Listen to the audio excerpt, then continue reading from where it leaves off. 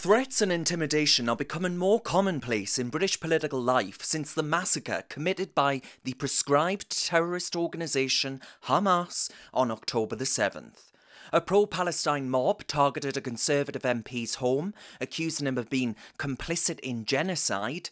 Dozens of activists stood outside Tobias Ellwood's family home in Dorset, brandishing flags, placards and a megaphone.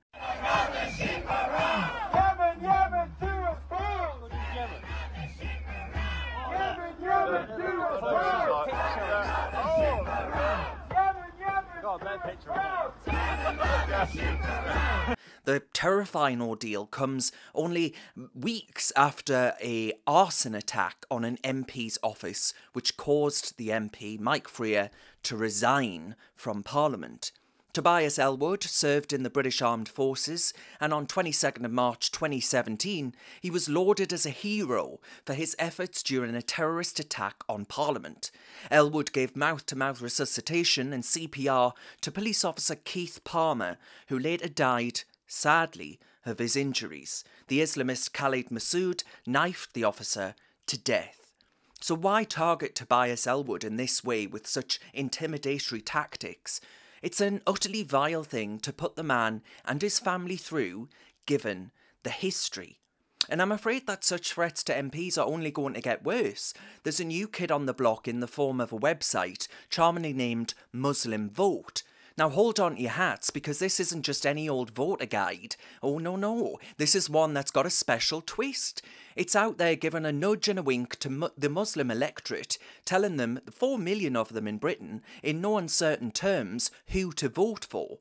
This site's carved up the country. It pinpoints every constituency with more than a 10% Muslim electorate, but it's not just about numbers. It's about stance, specifically on Gaza. They're dishing out the lowdown on the current MP's positions, and get this, they're anointing the community-endorsed candidate. Now this kind of targeted voter guidance, slicing and dicing the electorate along religious lines, adds a whole new layer to the political chess game. One thing's for sure, the landscape is changing, and it isn't changing for the better. This will only get worse and even more ugly. What the hell have we done? And of course we've seen several MPs be deselected as Labour Party candidates in the upcoming general election for conspiracy theories on Jews in the media and how Israel supposedly gave Hamas the green light to butcher 1,200 innocent Israeli civilians.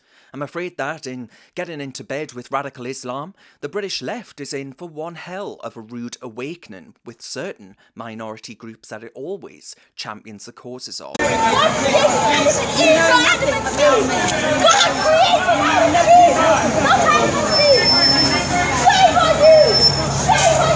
And given the polling results suggest a large Labour victory, our whole nation is going to endure those who offer succour and support to Britain's enemies over supporting the nation state and its values here at home.